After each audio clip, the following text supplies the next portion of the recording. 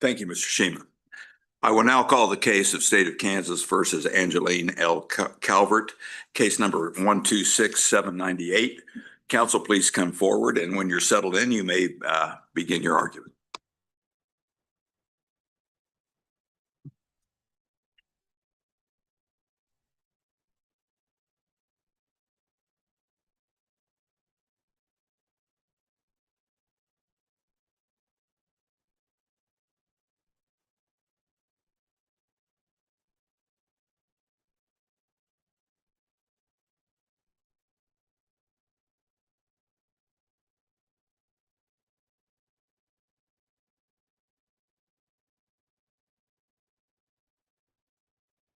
Maybe. May it please the court, Emily Brandt, Appellate Defender Office, representing Angelene Calvert. May I please request 3 minutes for rebuttal? Yes, you may, and that'll be granted. Thank you. Thank you, Your Honor. Because the evidence here was insufficient that Angelene committed theft after prior conviction, and the conviction was secured in violation of Angelene's constitutional right to due process in a jury trial, this court must vacate her conviction for felony theft.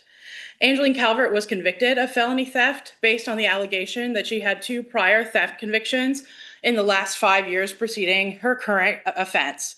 But those prior convictions were never proven to a jury beyond a reasonable doubt. They were never proven to anybody beyond a reasonable doubt. The journal entries of those convictions were submitted to the district court at preliminary hearing, which means they were only ever found by any sort of party by a probable cause standard. Angelene's appeal. Let me ask you, what was the jury supposed to decide about these prior convictions? Were they just supposed to decide whether the court records that reflected prior convictions were accurate? This is one where I'm not sure I understand what the jury is supposed to be doing here. Sure, Your Honor. So under the theft statute, Angelene could only be convicted of felony theft if within 5 years immediately preceding the commission of a crime, excluding any period of imprisonment, she had been convicted of theft 2 or more times. So the jury here would have been required to determine that Angelene had these 2 predicate offenses. So the elements would have been, does she have 2 prior convictions for felony or for any theft, misdemeanor theft, felony theft, and did they happen within the 5 years preceding her current date of offense? But the evidence of that was the court records. So again, I get back to, is the jury just supposed to decide whether those court records are credible and accurate? I think that would be a question for a jury to determine, but they weren't. I mean, they were never presented the journal entries. Again, the state has a burden to. Just trying to figure out, had they been, what were they supposed to decide? They were supposed to decide whether or not the dates of, I mean, frankly, I don't know that the journal entries would be enough. I think that is sort of part of the problem here, is that we're doing some sort of factual determination about when the priors occurred in relation to the current offense. And so maybe the state in its case in chief presents the journal entries from those 2 priors and they have the date of offense on them, and the jury could use that to do some mathematics. And certainly there are going to be straightforward cases, probably like Angelene's, right? Her 2 priors occurred within literally 5 years prior to her current offense date. That's pretty easy math for a jury to do, assuming, they get the court records and see it. But not always. Again, the theft statute excludes any period of imprisonment. So it's not just 5 years. It's 5 years excluding any time of imprisonment. So if Angelene had, say, a theft conviction from 2010, that's longer than 5 years ago. But if she had been in prison for 8 years, then the state would have needed to present some evidence that she had been in prison for 8 years, the date she got out. And so you can now consider this prior as one of the predicate offenses. And so I don't think the jury is just simply looking at certified journal entries and saying, well, they say the offense occurred on this date, and that happened 5 years ago. I think a jury could use those to make that finding, but a jury needs to make that factual finding. No jury made that factual finding here. So in Apprendi itself, my reading of Justice Thomas's concurring opinion is that he adopts exactly what you're arguing and says that when there's this aggravating fact, including facts of prior convictions, it has to be found by a jury. Is there anything in the Supreme Court case law that tells us that a majority of the court has ever adopted that? as its Apprendi rule? Your Honor, I think, yes, I think United States versus Erlinger controls here. I think the Court of Appeals firstly got it wrong to say that Erlinger only applies to ACCA offenses. I think that's too narrow of a reading of Erlinger. I mean, all the language of Erlinger is how the Fifth and Sixth Amendment right apply to people who have sentence enhancing factors. It can't be that only people charged under the ACCA get the benefit of the Fifth and Sixth Amendment. Everybody gets the benefit of Apprendi. Erlinger asks more than that. It's not just, it asks for there has to be a determination of whether, under the act, the Right. act, is that there has to be multiple occurrences, or is it a single occurrence? Right. That seems that's a farther step away from just determining whether a crime was committed and what date. Seems to me that's what the Erlinger hones in on, is that's the difference between that and the prior cases that held that priors are not a part of an Apprendi requirement. So that, at least as I read Erlinger, and that's what the Court of Appeals said, that what Erlinger does is requires a separate factual determination about whether or not it was a single or multiple act kind of prior. I agree that that's what Erlinger says, but I'll push back that it's not relevant here because we are doing the same sort of determination here that we're doing in Erlinger.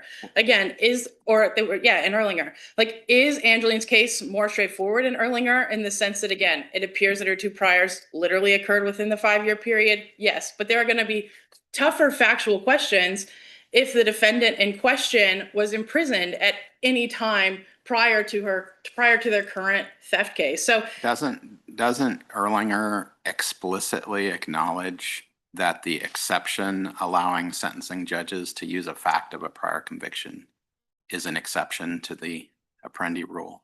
yeah, it falls within the Almendarez-Torres exception to the Apprendi rule. But again, how does Erlinger help you then, since it preserves that exception? And isn't that exception exactly what we're dealing with here? I think no, because again, I mean, in Erlinger, first of all, they say that the Almendarez-Torres exception is at best an exceptional departure from their case law, and the courts cannot use Almendarez-Torres to determine the date the prior offense occurred. Again, Thomas has called for it to be, Thomas called for it to be overruled in his concurrence in Apprendi. He called for it to be overruled in Mathis, in DeCamp, and in Shepard.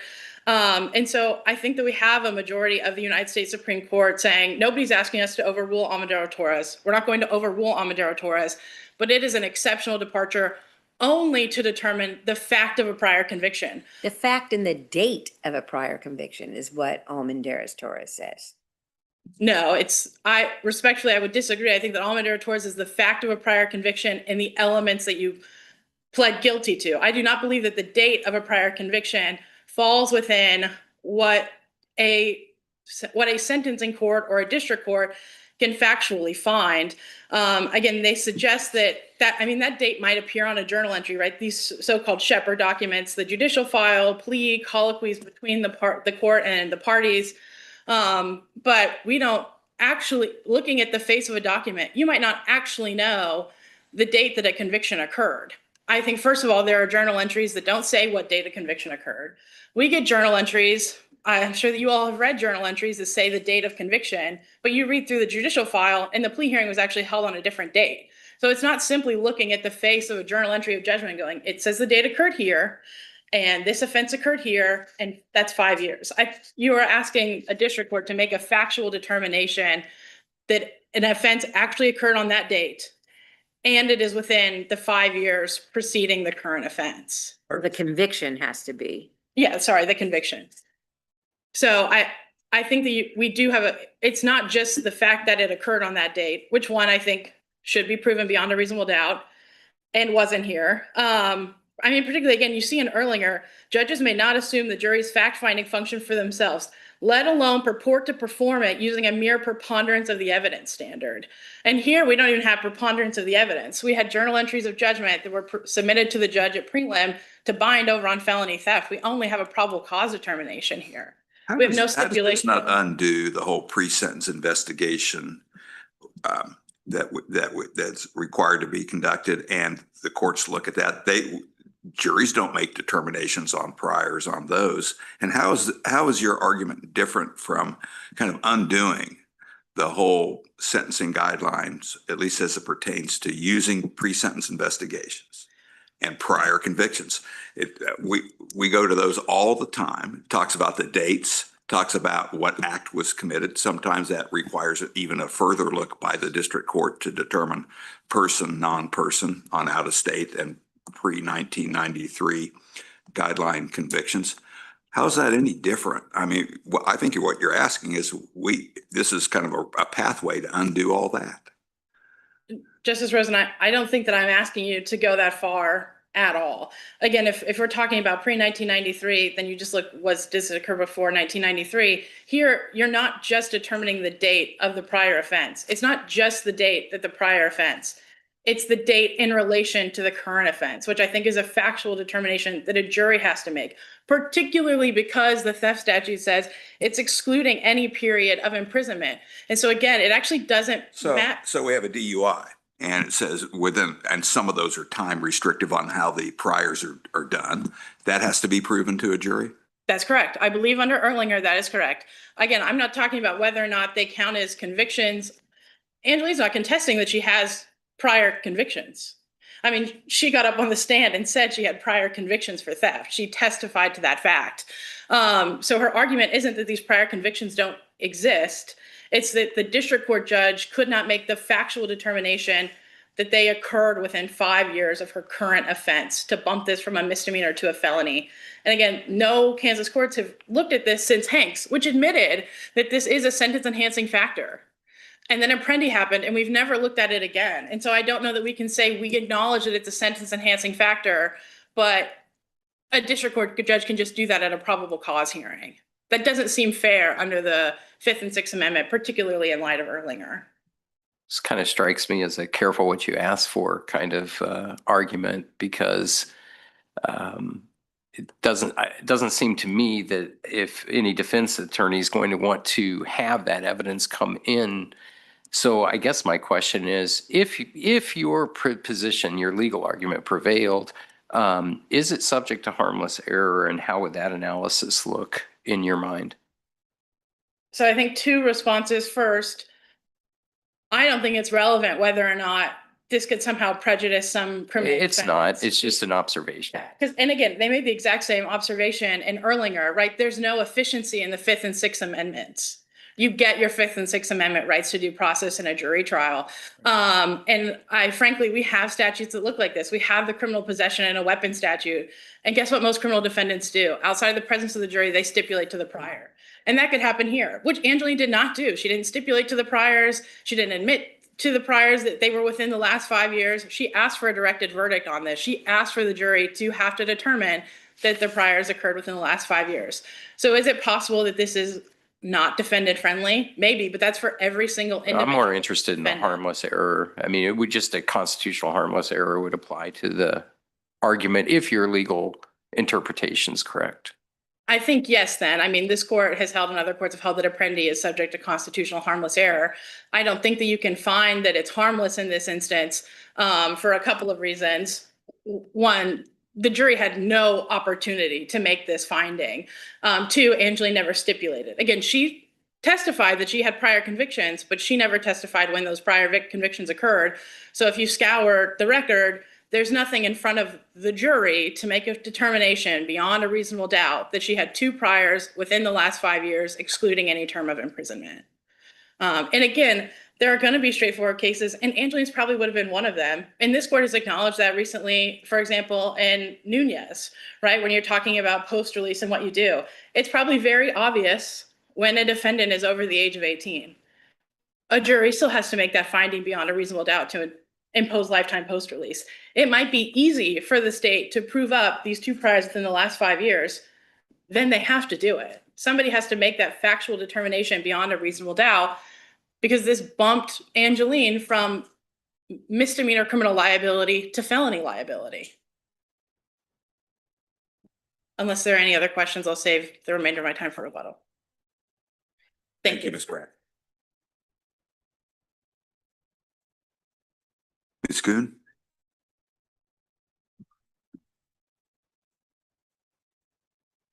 May it please the court, Assistant District Attorney Julie Kuhn on behalf of the state.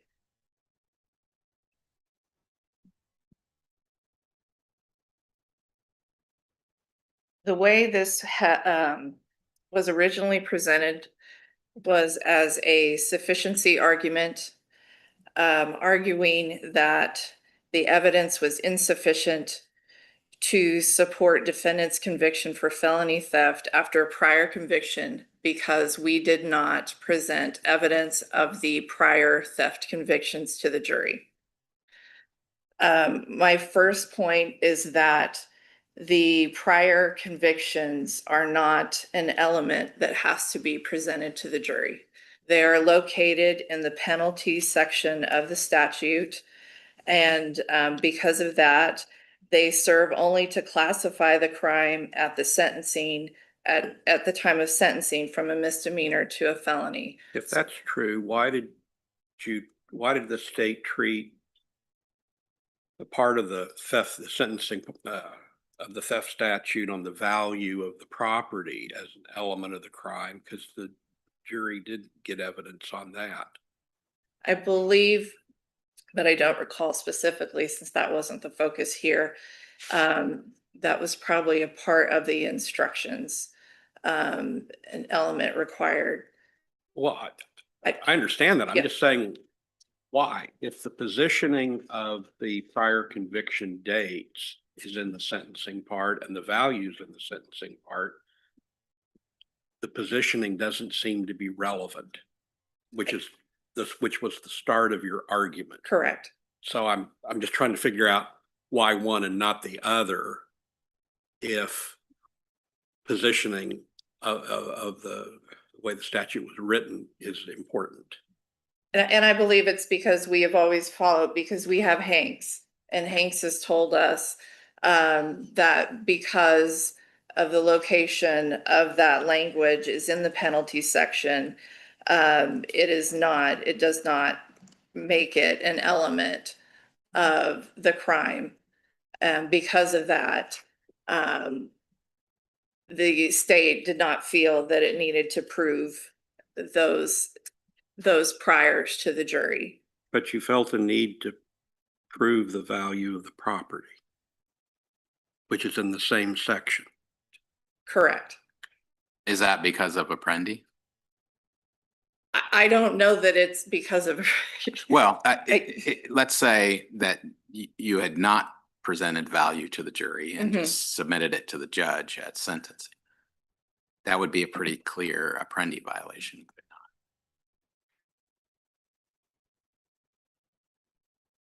I mean, there's no carve out. There's no, I forget the name of the hyphenated case. There's no exception for value. There's an exception for priors, and it's a pretty narrow exception, right?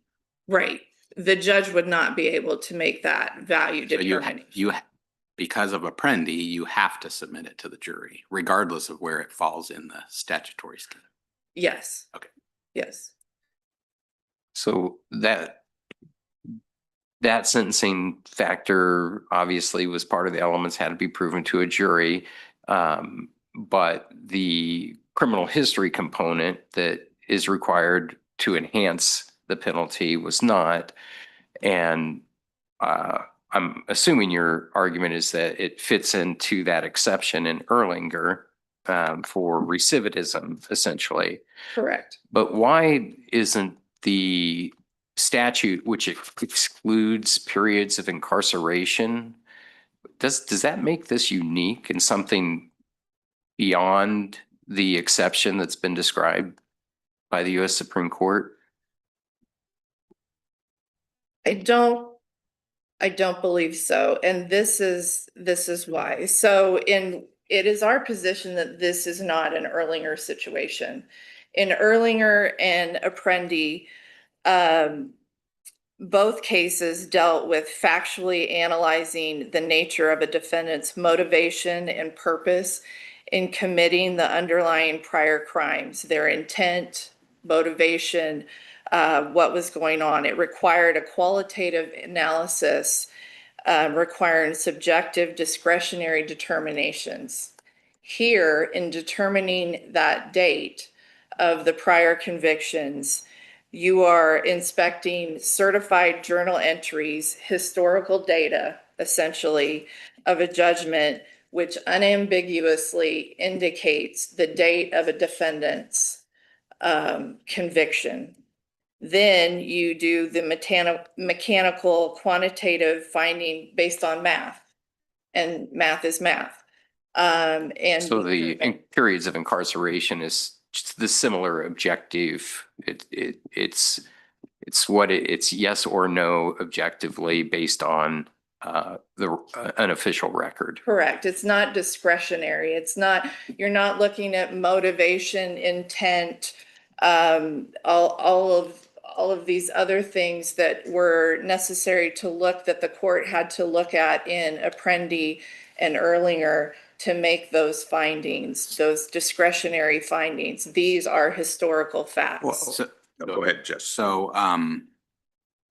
if in a future case you had prior thefts, which were 9 years before the theft of conviction, and the defendant had been in prison for 5 of those You're going years, to do. could you submit that? How do you submit that to the judge? Like, your argument is the judge could find that also, Correct. and you would just submit what, Casper records or what have you? I would probably KDSC records. Again, just certified. And you record. think that also falls within the exception? I think so. I mean, the exception seems to me to be narrow to prior convictions and date of conviction. And it doesn't, is there any case law that suggests it can go to a prior term of imprisonment? There is no case. Okay. You know, there is no case law. We, What if a but person was in community corrections? I don't That know that, imprisonment? and now we're getting, I don't know that there's a carve out for there. The statute says imprisonment. So now I don't So know. is that a legal determination? Imprisonment?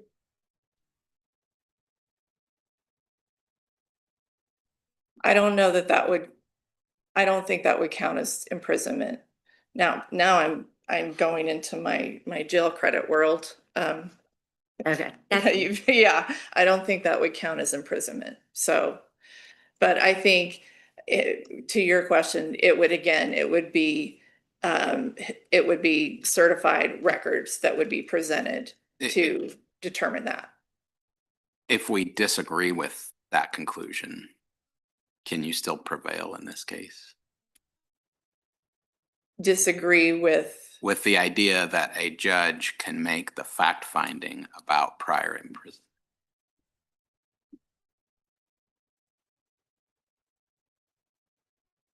I mean, that wasn't an issue in this case, I guess. correct, it was not. It's never been, I mean, originally, this has kind of morphed about based on a very small sentence in the opening brief, this time argument. Well, just to clarify, I assume it's the state's position that these prior convictions were well within the 5-year period. Correct. And so this extension of the period, which is allowable under the statute, just isn't in play here. Correct. Okay. Yes, if it didn't apply, we wouldn't be here. We wouldn't have charged it this way. We wouldn't be doing this. Correct. But did the judge have evidence to confirm that conclusion? And what was that evidence? The evidence would have been presented at prelim. Since this isn't the specific issue raised, the evidence was presented at prelim to get to the felony threshold. So at sentencing, it was the certified journal entries, I believe, and I think I added them to the record. So they're in the I record. might be confusing with this another case, but I think there were 3 prior I think shoplifters theft convictions within the 5-year period. That was within the 5-year period. Yes, It wasn't and- beyond that. correct, and I believe they're municipal convictions, if I recall correctly. Distinguish for me, Erlinger, and I'm having a little trouble what the task was for that requires a jury determination, but it's because it was under the Armed Career Criminal Act that you had to show there were multiple occurrence as opposed to a single occurrence. How's that a different task from just looking at the priors and making that determination? Why is this different from what we're struggling with here? So in Erlinger, it was a little bit more than that. And it was more than that because of what Erlinger's position was. The state said, and it's kind of unclear from the language in Erlinger if it was separate convictions or an occurrence, like how, because of how they refer to these. They don't refer to them as convictions. But they said they had these cases and they said they were separate, so separate occurrences. Erlinger's position was no, they were the part of a common scheme, basically a spree. It occurred like when he was 18 years old. And so they were one singular occurrence. So under the ACCA, if it was one, he was not subject to that enhancement. But if the court found that they were separate and separate occurrences, then he was subject to the So enhancement. that can be a discretionary call, whether they're. Well, what his argument was is it looked to his motivation, his intent. Was it a spree? Were there singular motivations between each burglary, between each act that made them a singular act? So that's where you get into kind of the discretionary jury finding that we are used to in a criminal case. So that is the difference versus looking at a date. To simplify this, and when I was preparing for this, the best analogy that I could come up with, if you'll humor me, if I asked you a year ago today, was the weather comfortable? You would have to engage in qualitative discretionary analysis. You would have to think, was it warm? Was it hot, cold, windy? What does comfortable mean to you? What you would have to go through all sorts of things to make that decision. That is Erlinger. But if I asked you what was the high temperature a year ago today, you would go to historical data, whether that be the Farmer's Almanac or the website that you use that tells you on this date a year ago, this was the high. That is historical data. That is what we have here with the date. That is simply what the court would have to do. And when determining dates of a defendant's prior convictions and calculating tolling, because both a judge and a jury would be bound by the same objective contents of the official certified records, requiring only a jury to perform the ministerial task of reviewing those documents would not in any way assure a more just outcome. They would be bound by the same requirements. This is not a discretionary decision. This is a date. And so for that reason, Your Honors, we would ask you to find that here Erlinger, the Court of Appeals got it right. Erlinger is not the same. It does not apply here. This is different, and that the evidence was sufficient here. And we would ask you to affirm the Court of Appeals and the District Court. Thank you. Any further questions, colleagues? Thank you, Ms. Kuhn. Thank you. Ms. Brandt, you asked for 3 minutes.